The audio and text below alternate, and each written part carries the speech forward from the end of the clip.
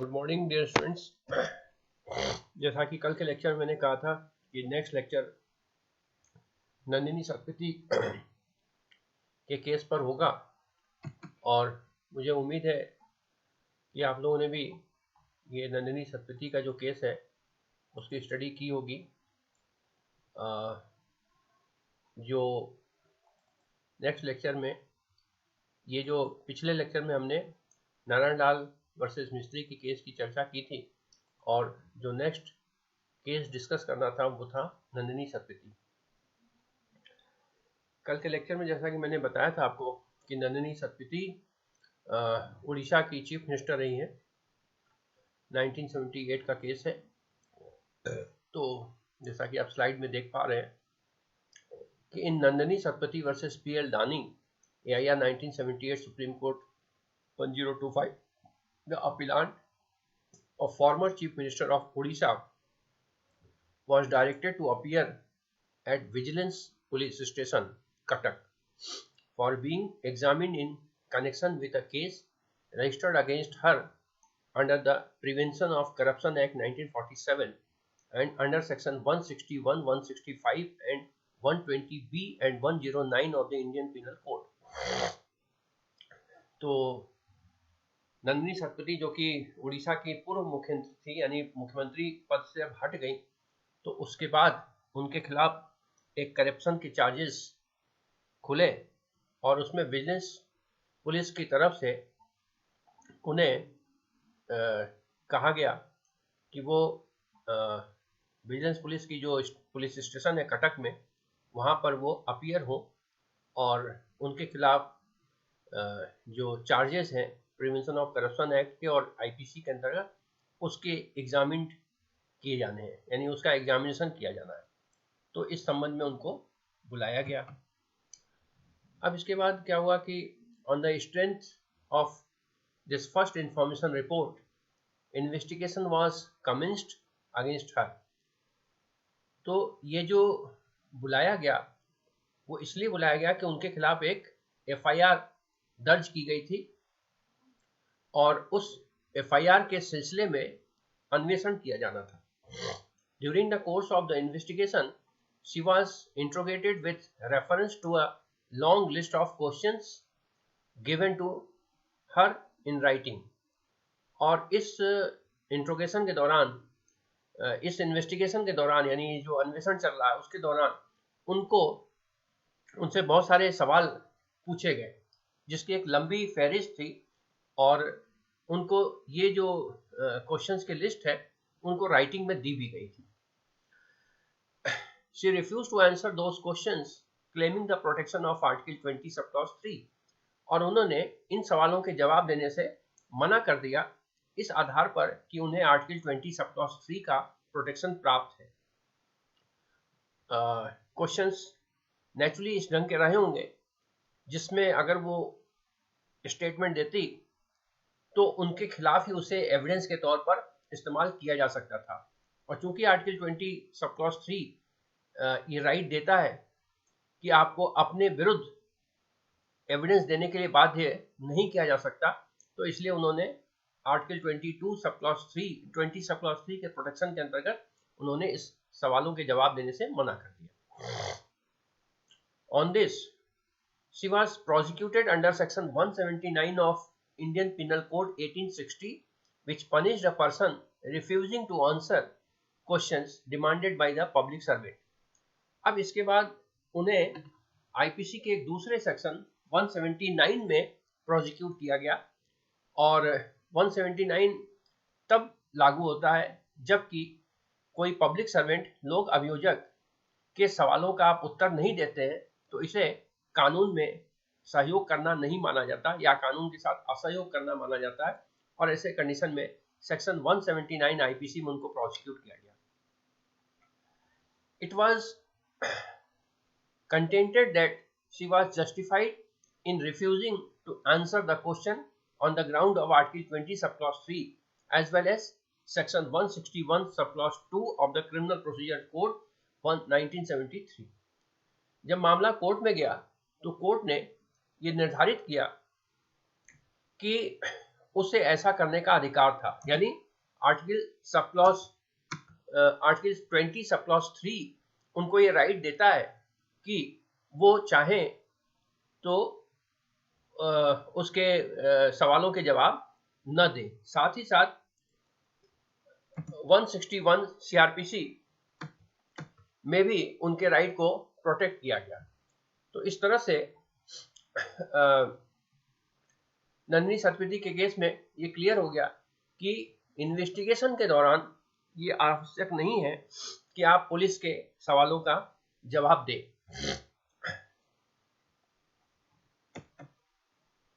इसके बाद जो सेकंड पॉइंट है, यानी 20 सब क्लॉज 3 जो है वो किन आधारों पर अट्रैक्ट होगा, क्या इसके एलिमेंट्स है, उसकी ये फर्स्ट पॉइंट मैं डिस्कस कर रहा था। अब इसके बाद फर्स्ट पॉइंट जो कि person accused of an offence, कि पर्सन को किसी ऑफेंस में एक्यूज होना चाहिए। अब इसके जो सेकंड एलिमेंट है या सेकंड ग्राउंड है जिसके आधार पर कि 20 सब क्लॉज 2 का प्रोटेक्शन मिल सकता है, वो है protection against compulsion to be a witness. यानी आवश्यक रूप से आपको अपने विरुद्ध विटनेस बनाए जाने का प्रोटेक्शन के विरुद्ध संरक्षण। The protection contained in Article 20 subclause 3 is against compulsion to be a witness, यानी एक साक्षी होने के से बचाव है, एक सुरक्षा है।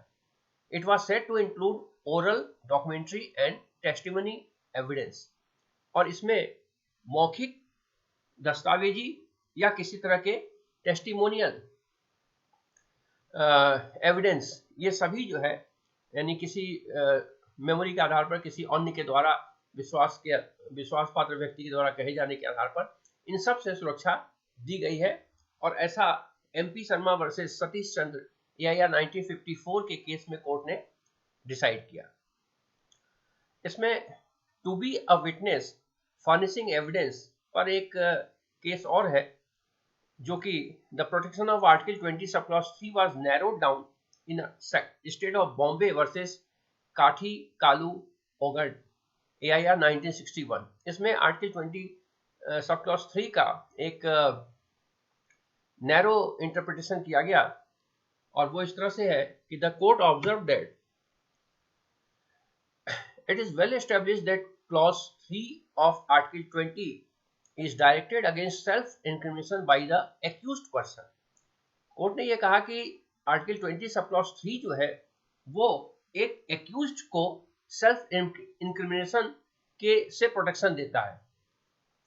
Self incrimination must mean conveyed information based upon the personal knowledge of the person giving the information and cannot include merely the mechanical process of producing documents in court which may throw a light on any of the points in the controversy but which do not contain any statement of the accused based on his personal knowledge। यानी कि court ने यह कहा कि जो self incrimination है वो इसमें केवल उसके पर्सनल नॉलेज के आधार पर जो स्टेटमेंट वो दिया जाना है उससे सुरक्षा प्रदान करता है। लेकिन अगर उसके पास कोई डॉक्यूमेंट्स है जो रिकॉर्डेड है और उसके आधार पर कोई अवधारणा कोर्ट की बनती है, तो उसके संबंध में 20 सब क्लॉज 3 प्रोटेक्शन नहीं देता है। यानी कि एक व्यक्ति के पास अगर कुछ ऐसे दस्तावेज बरामद होते हैं जो कि कंट्रोवर्शियल है और या जो कोई विवाद है उस पर वो कोई लाइट थ्रोइंग करता है, तो ऐसे डॉक्यूमेंट्स को अपने पास प्रोक्योर करके रखना, अपने पास सेफ रखना, ये आर्टिकल 20 सब क्लॉज 3 में प्रोटेक्टेड नहीं है। आर्टिकल 20 सब क्लॉज 3 में जो प्रोटेक्टेड है वो केवल ये है कि उस व्यक्ति को बोलने के लिए आप बाध्य नहीं कर सकते, वो भी विशेषकर अपने विरुद्ध, यानी ऐसा कोई स्टेटमेंट जो उसके विरुद्ध गवाही के तौर पर, विटनेस के तौर पर इस्तेमाल किया जा सके, उसको प्रोटेक्शन है। लेकिन अगर कोई डॉक्यूमेंट्स है तो वो उससे प्रोटेक्टेड नहीं है। तो इस तरह से इस केस में कोर्ट ने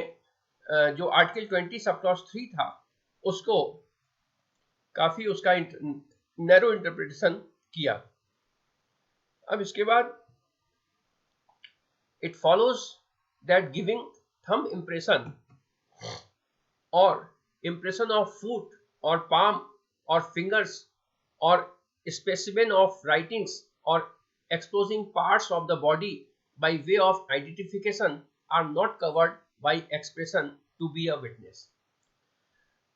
under Article 20 सब क्लॉज 3। तो इसी तरह से स्टेट वर्सेस कृष्णा मोहन के केस में कोर्ट ने इसे और नैरो किया और ये कहा कि अगर किसी तरह का कोई थंब इम्प्रेशन है, पैर के निशान है, हथेली के निशान है, फिंगर्स के निशान है, राइटिंग्स है या exposing part of the body, जो शरीर का ऐसा पार्ट जो दिखता है उसे उसके उस पर कोई आइडेंटिफिकेशन मार्क्स अगर है, तो इन चीजों को के संबंध में इन चीजों को एविडेंस के रूप में ग्रहण करने में 20 सब क्लॉज 3 प्रोटेक्ट नहीं करता। तो इस तरह से आप देख रहे हैं कि 20 सब क्लॉज 3 का नंदिनी सतपथी के केस और उसके बाद के केसेस में जिस तरह से इंटरप्रिटेशन किया गया, इससे निश्चित तौर पर ऐसा लगता है कि कोर्ट 20 सब क्लॉज 3 के जो राइट्स हैं एक विक्टिम को, उसको इन्होंने बहुत ही स्पेसिफिक कर दिया है। और अब ऐसा हो गया स्टेट वर्सेस कृष्णा मोहन के केस के बाद से कि ये केवल आपको सिर्फ अपने खिलाफ ओरल एविडेंस या इन राइटिंग एविडेंस देने से सुरक्षा प्रदान करता है, लेकिन अगर किसी विक्टिम के पास से कोई डॉक्यूमेंट्स रिकवर किए जाते हैं, कोई भी ऐसा, चूंकि डॉक्यूमेंट एक बहुत वेग वर्ड है, इसमें सारी चीजें आ जाती हैं, कोई आइडेंटिफिकेशन मार्क्स है, कोई प्रिंट है, फुटप्रिंट है, फिंगरप्रिंट है, ये चीजें अगर रिकवर की जाती हैं तो इसके अगेंस्ट आर्टिकल 20 सब क्लॉज 3 का प्रोटेक्शन नहीं मिलेगा। The court distinguish to be a witness from furnishing evidence. Court ने टू बी अ विटनेस और फर्निशिंग विटनेस, इन दोनों में भी डिफरेंस क्रिएट किया है। To be a witness the court held meant making of oral और रिटन स्टेटमेंट। तो ये जो स्टेट ऑफ कृष्णा मोहन का केस है, जो जजमेंट है वो इससे और क्लियर हो जाता है कि टू बी अ विटनेस का मतलब क्या है। The court held meant making of oral और रिटन स्टेटमेंट इन और out of the court by a person accused of any offence. तो टू बी अ का मतलब है कि किसी मामले में अभियुक्त व्यक्ति के द्वारा मौखिक या दस्तावेजी साक्ष्य देने के संबंध में, जब ऐसा देने की बात करता है कोर्ट या पुलिस, चाहे वो कोर्ट में हो चाहे आउट ऑफ कोर्ट हो, तो ये टू बी अ विटनेस होगा, यानी उसको साक्षी बनाया जाना। While furnishing evidence in its widest significance included production of document और गिविंग मटेरियल्स। तो इस तरह से आप देख रहे हैं कि इन दोनों में बहुत अच्छा डिफरेंस कोर्ट ने क्रिएट किया है। और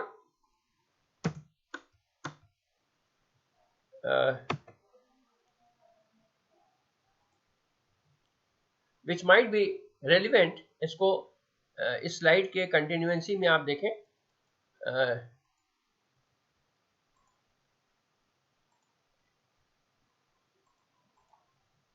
यहां से while furnishing evidence in its widest significance included production of document or giving materials which might be relevant at a trial to determine the guilt of innocence of the accused। तो यहाँ पर अगर कोई डॉक्यूमेंट प्रोक्यूर किया जाता है जो कि उसके ये डिटरमाइन करता है कि वो गिल्टी है या इनोसेंट है, तो वहां पर उस डॉक्यूमेंट को कोर्ट में प्रोड्यूस करने से आर्टिकल 20 सब क्लॉज 3 जो है वो प्रोटेक्ट नहीं करेगा। तो ये बहुत क्रिस्टल क्लियर हो गया। ये जो लाइन जजमेंट आया, ये लास्ट वाला, ये PUCL versus union of India के केस में आया है। तो इस तरह से इन सब केसेस के बाद ये बहुत क्रिस्टल क्लियर हो गया कि टू बी अ विटनेस और furnishing and witness of witness का क्या अर्थ है।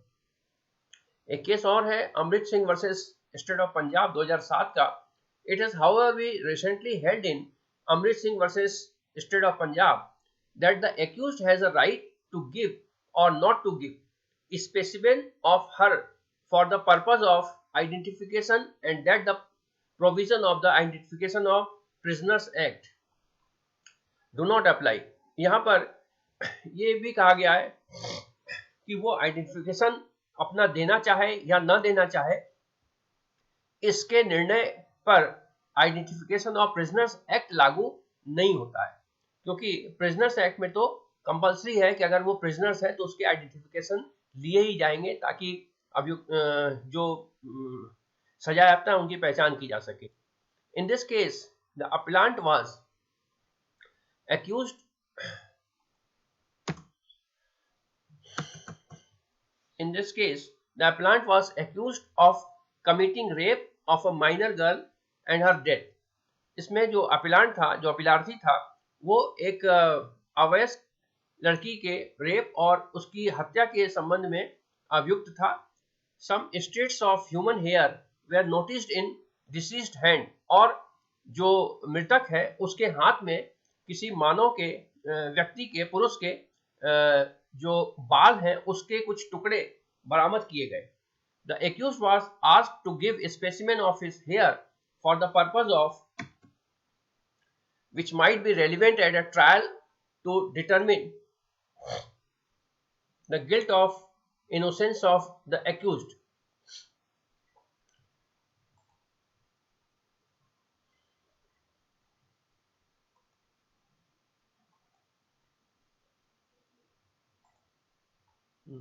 पर्पस ऑफ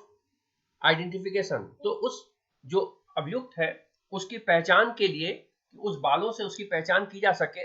उसके बालों के स्पेसिफिक देने के लिए कहा गया, ताकि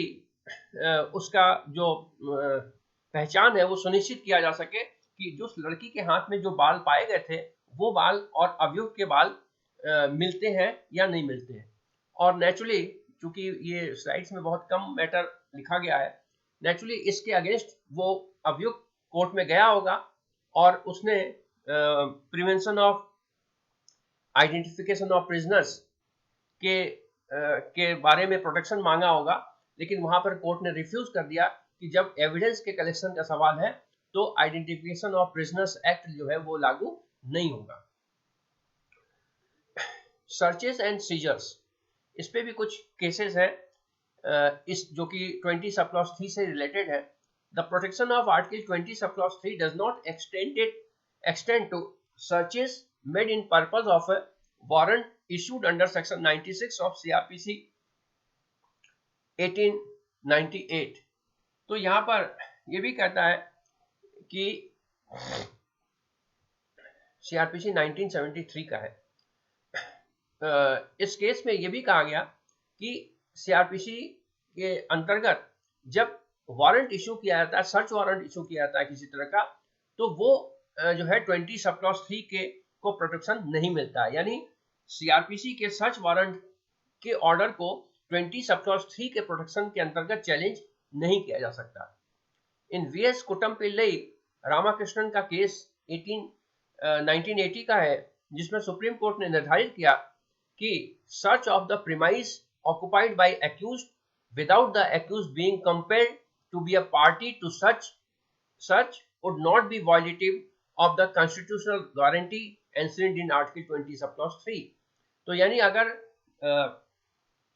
किसी मामले के इन्वेस्टिगेशन के दौरान सर्च वारंट इशू किया गया है और उस सर्च वारंट के अंतर्गत उसकी प्रीमाइस की इंक्वायरी की जानी है, जांच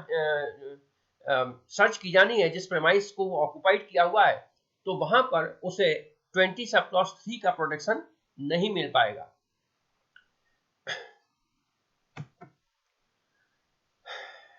section 27 of Indian evidence act